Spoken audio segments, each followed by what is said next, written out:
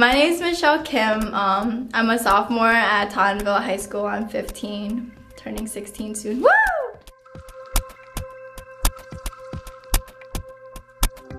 I found out about 180 Scholarship through Pastor Lydia's mom, because she's kind of like my mom's like spiritual guidance person, and so she told my mom about it, and so my mom kind of made a secret meeting with John and didn't tell me and my brother about it till really last minute. And then, you know, after a couple weeks of going to 180 Scholarship, me and my brother decided to go to 180 Church and check out, you know, services.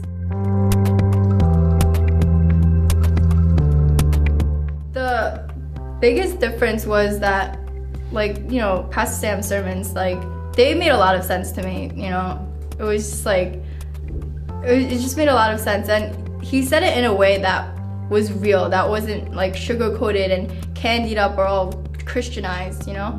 So it was easier to relate to, you know, what he was saying.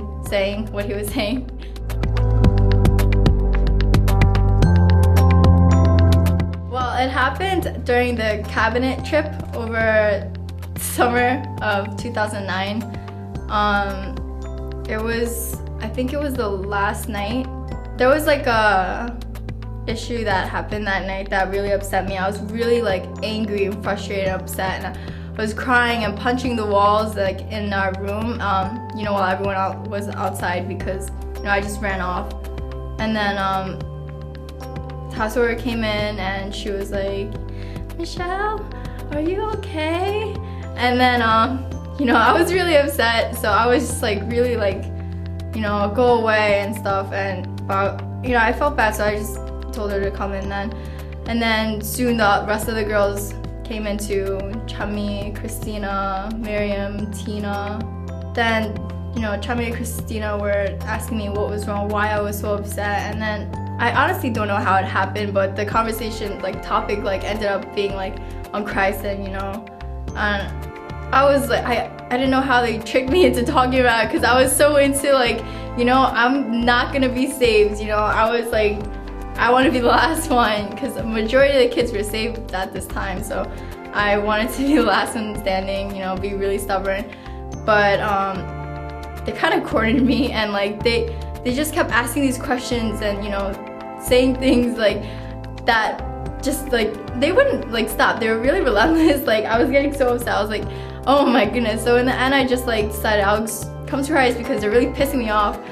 So yeah, came to Christ. But I guess like the reason I really came to Christ, even though I knew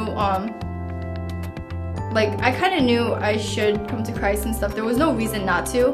It was just because I wanted to be one of the last ones that didn't get saved. So yeah, but like in my mind I knew I should, because like what they were saying made sense, because it was all about like how I had no purpose, like without him. Like, I'd just be living for myself, and I'm not stupid. I know money and like clothes and shopping weren't gonna last me forever. I'm just gonna be like really like, I'm just gonna keep wanting stuff. So I just decided to, you know, come to Christ then anyways, because there's nothing to lose except for my pride, but it's okay.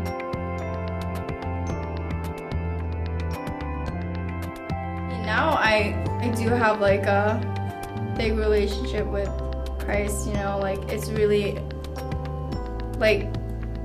important for me to keep God at the center of my life. And now the biggest change is like I'm not living for myself. I'm not doing only what I want to do, because I mean, what do I know? Like, I'm just this 15-year-old girl, grew up on Staten Island, you know, like it just doesn't sound smart to listen to what I want, not even like what I need, just what I want and stuff. So like ever since I got saved and stuff, I've been not like all Christian-y, but you know, I've been just like allowing God to move in my life a bit more. It was really, it's still a struggle to, you know, trust him with everything, but you know, I'm working on that, you know, keeping God at the center of my life, because I can't control my life very well. I don't do a very good job. But yeah, I guess it's like my actions, like I don't do everything that I want, I kind of think about it more often, and you know, am I doing what I believe in? And I guess now I have a lot of accountability because I have my small group and Chummy as my small group leader to keep me accountable so I don't do bad stuff anymore.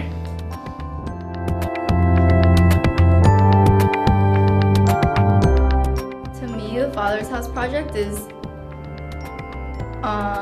it's kind of just like, I know it was because of like tackling fatherlessness in our own backyards and stuff.